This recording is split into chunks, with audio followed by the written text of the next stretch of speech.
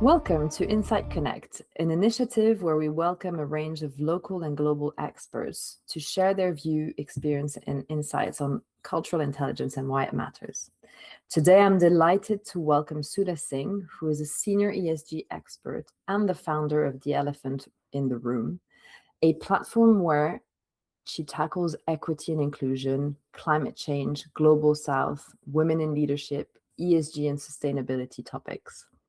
Together, we'll be discussing and exploring the state of ESG in India and how this fast-rising economy, which is due to overtake Germany by 2028, 2030 to the third ranking, has made giant leaps when it comes to sustainable growth.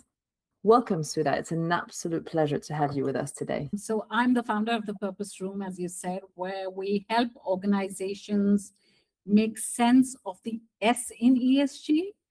So this includes everything from like labor practices, human rights, community impact, DEI. And my background is in strategic comms, crisis management, which I have over 3 decades of experience. And I've worked with global and Indian brands, governments, multilateral organizations across UK and India, and some bits of Africa, actually, helping them to navigate complex social, regulatory, and political issues. So working across these, different markets has taught me something very important, that the biggest risk to global sustainability initiatives and strategies isn't usually a lack of capital or data.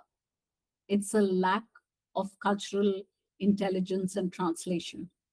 So that was really what drew me into this space when I was making a career pivot. I also wanted to use my experience to do more purpose-led work. And so I chose to work with leaders to make sustainability, equity, inclusion more practical, more culturally relevant, if you understand, and more grounded in real life. Because too often these conversations miss the social and cultural context and nuances. So I'll give you a simple example. So for example, a simple example is the UK. ESG often starts in boardroom. These conversations start in boardrooms, and it is about governance, it's about reporting, it is about oversight. In India, it would be about seeing impact on the ground. It would be about jobs, it would be about community benefit. Another example I can give you is about DEI. So in the UK, you would focus on targets, representation, and policy. In India, a similar conversation is more practical. Can women get to work safely? Can we build their skills so that they stay in the workforce for longer and thrive? And this is often where you see the contrast. Global companies may arrive with stronger frameworks and disclosure discipline, while Indian companies are often, sort of quicker to adapt programs to local requirements and local realities. And we understand that the best outcome is usually when you have a convergence of, global standards and local fluency. So in many ways, that is why I landed in this space, to help organizations bridge the gap between global ambition and local reality. So that is really interesting. And actually, on that topic, I know you mentioned that, the funding is not necessarily always how these initiatives come to life and what makes them powerful, I suppose. But it's interesting to see that unlike recent global trends, India has been really ramping up corporate sustainability in the last few years, and the funds really reaching record levels. What social ambitions are major businesses pursuing currently in India? What are the key themes? What is striking about India is that mandatory CSR has been a part of the corporate landscape for more than a decade. Back in 2014, India became the only country in the world to legally mandate CSR spending and reporting. So CSR is not new here. What is new is the scale and ambition. That has definitely grown. So a lot of the spending still goes into, ad hoc, community programs around factories, around operating sites, on education, health, water, livelihoods. But now, it is connecting more clearly to India's wider sustainability goals as a country, building skills and local capacity so that we are ready for the next phase of growth. So the big social ambitions that corporates have is about better education, health, more inclusive livelihoods, stronger opportunities for women and marginalized groups, including young people. And this is so that they can participate in India's growth story. And that is why skill building and gender equity, are, I think, two of the favorites amongst corporates. We see a lot of it. And because you may know that, India has some of the most educated young people in the world. But these educated young people are not necessarily, ready for future facing jobs or are employable. So companies are investing in skilling and employability. And on gender, the shift is from, to increase real participation of women in the workforce, helping women to enter, stay in the organization, and to thrive within organizations. That is what gender equity would look like. So corporate India is realizing, Melanie, that social investment is also an economic strategy. It's a business strategy. It is helping to build the workforce, resilience, and local capability that India as a country will require and that these organizations will require in the future. It looks like, in general, India is doing the right job to tackle sustainable growth in the future. You're demonstrating that it's about laying the right foundations to get the right growth moving forward. And with such a vast and very populated country, it's really, really great to hear. So looking actually at the Indian economy specifically, it is very largely dominated by SMEs. I saw some data that put forward that 99% of businesses are MSMEs. So how do larger corporations mitigate those supply chain vulnerabilities? Because obviously one would look to scope 2 and 3 emissions, or even when you look at social criteria, it becomes a lot more difficult to control and ensure that these are implemented. So how can regulators have a real impact on the country's sustainability nations with that in mind? I think the elephant in the room.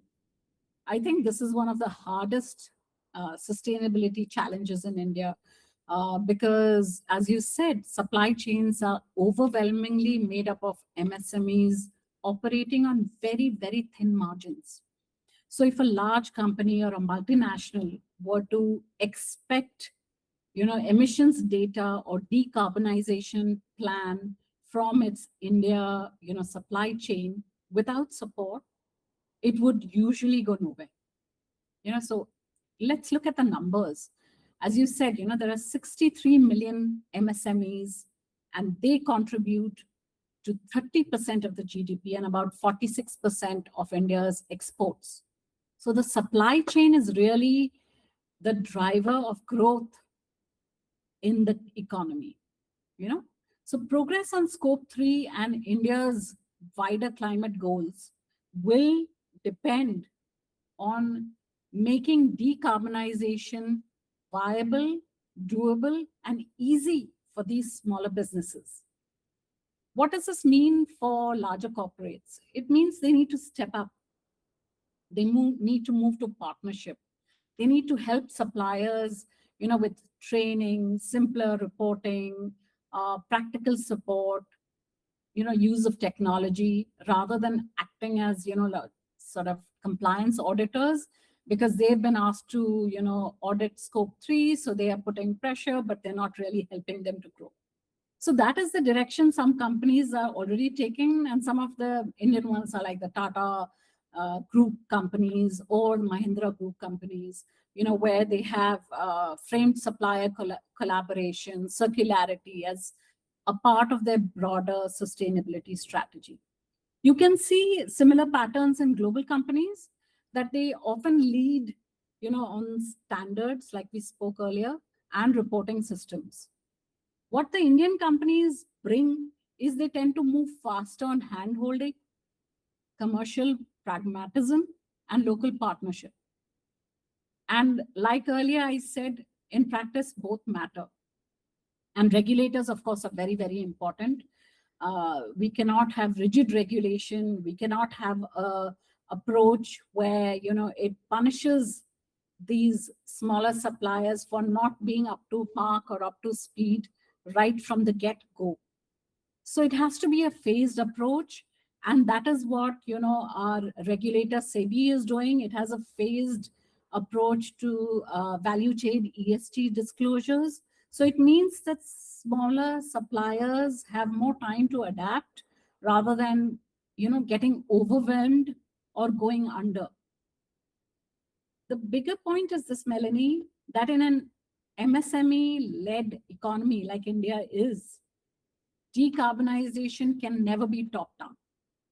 It works only when large companies create sort of financial safety nets and regulators create right incentives for these MSMEs to participate. It has to be financially viable for them to do this. And that will help them to strengthen the local supply chain, and which is aligned to India's path to cleaner, more self-reliant growth. If you help these MSMEs grow and become stronger in terms of regulation, that is where the road leads to. That's where the journey is going to be. I believe this strategy applies to other countries. I mean, there are many nations whose backbones, maybe not to the same extent, obviously, but the backbone of the economies is SMEs. The UK is one, for example. And I think your point is very relevant in demonstrating that larger businesses have a role to accompany their smaller suppliers in that journey to make sure everyone's is going in the right direction. How does this fragmented market and it being into lots of smaller businesses impact the social side of things? Because obviously there are social inequalities that are happening throughout the country. And how does that live together with what bigger companies and brands are putting forward in terms of inclusion strategies?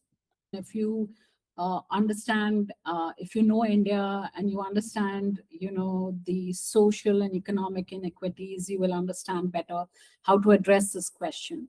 And, once we start talking about supply chains, the social question actually comes right at the forefront. And it tests, the ESG narratives of corporates, whether it's Indian or multinationals, because it's easy for brands to talk about inclusion at the corporate level. The real question, Melanie, is what is happening deeper down in the supply chain, where so much of the work is still invisible, underpaid, unprotected. The informal economy in India is the ultimate blind spot for corporate ESG and sustainability initiatives. I think most people tend to forget about it or to ignore it. And, we are still at that stage where we are defining how we are reporting. So it's a journey. A brand sustainability report can show, very strong compliance at the top, but deeper down the value chain and the supply chain, like I said, where your sourcing and subcontracting is happening, the labor reality is that it's informal work. There are pay gaps, there are gender pay gaps, and there is little or no social security. So this, is actually a huge operational risk for businesses. And I think this is where a lot of them tend to get into greenwashing. Brands can no longer talk about social equity at the top if the business model still depends on cheap, unprotected labor further down the chain. And I think a lot of organizations in India and across the world are guilty of this.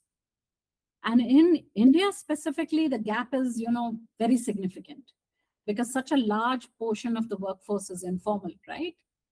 So, like I said, you have strong policies on paper, but people handling sourcing, waste, agricultural work are outside the formal protection. Then this S in ESG becomes so much harder for organizations to defend, because you're not taking into consideration the informal workers or the invisible people in your value system and the supply chain.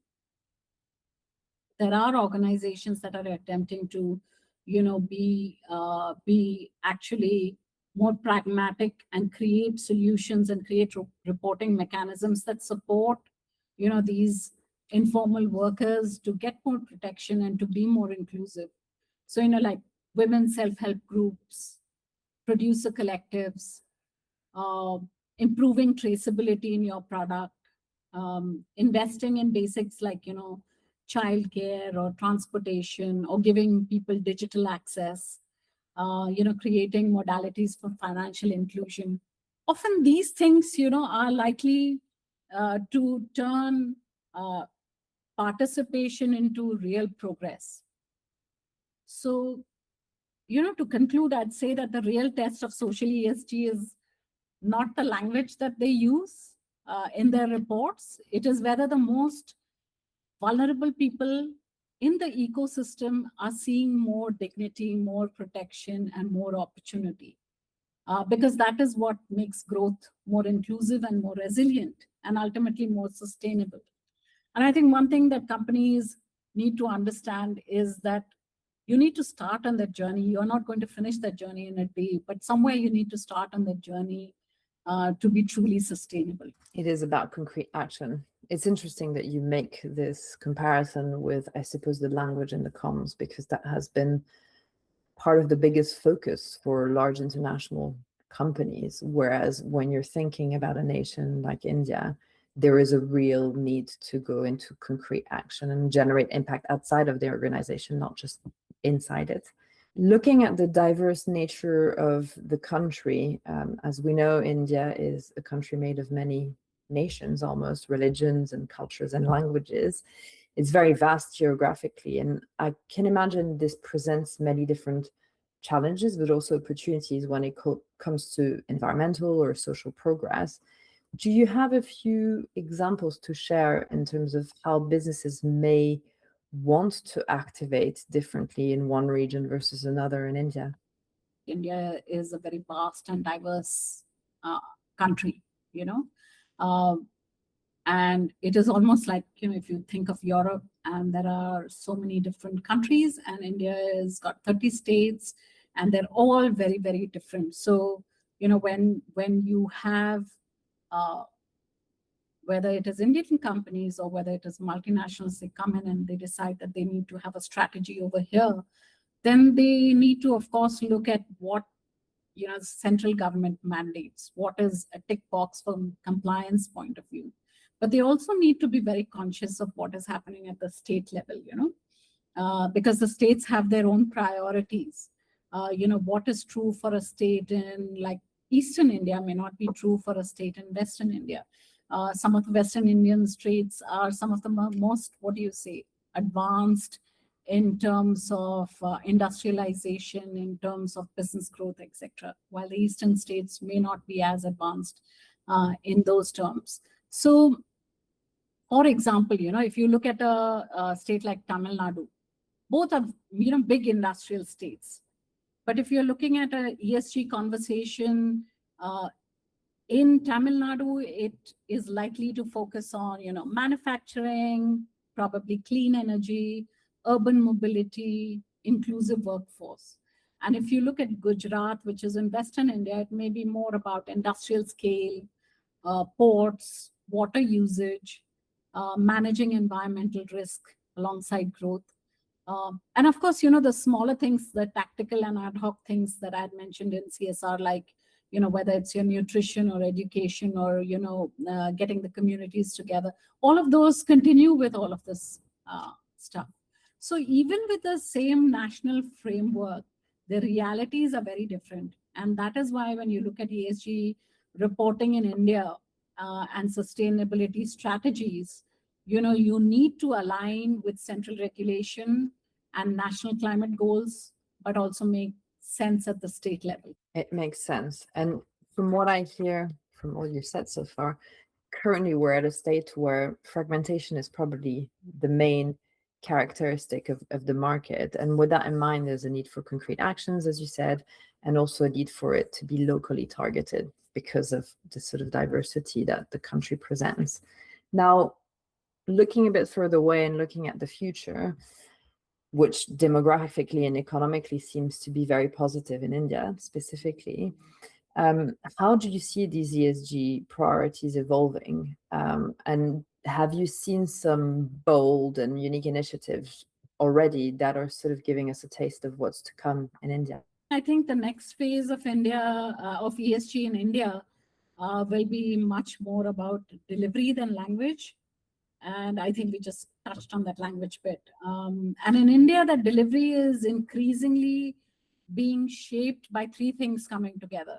One is the ESG frameworks that the country has put in place, India's climate goals, and the push by the country for greater self-reliance. So if you look at India's NDCs, the nationally determined targets that they have set for contributions that they have set for themselves, it is lower emissions, more fossil, non-fossil power, more climate resilient growth. And these don't sit separately in a climate bucket anymore. They're starting to influence how companies operating in India think about, whether it's their energy usage, supply chains, manufacturing jobs, and risk in general. So that's where there is this opportunity for the India story to become quite distinctive. So sustainability is not going to just be about disclosure, because you have to practice it, since it is tied to national priorities, energy security, domestic manufacturing, reducing import dependence, building industries of the future. India has a national green hydrogen mission, which explicitly links decarbonization with reduced fossil fuel imports and making India more self-reliant. So that, for me, is where where ESG is going to go in India. Less theory, less box ticking, and much more focus on what the country can build for itself. How organizations can help to scale the India story and eventually lead on it. And if all of these things come together, I think there is an opportunity for India to redefine how we look at the sustainability ESG agenda, especially linking it to the national growth targets or future plans. This is about India becoming a 6 trillion economy. It's becoming, the third biggest economy in the world, or the second biggest economy in the world. All of it is tied together. So I think all of this is interlinked with how, all of it is interlinked to how businesses respond to the challenges that are being set within the country. Well, this is to an action-driven future then, and hoping that India becomes the best practice case for other nations and businesses, international businesses, to follow. It's been really interesting, Sudha. Thank you so much for your time today. And to those watching, this was Insight Connect, where cultural intelligence lands. Thank you very much. Thank you, Melanie. This has been a fantastic conversation.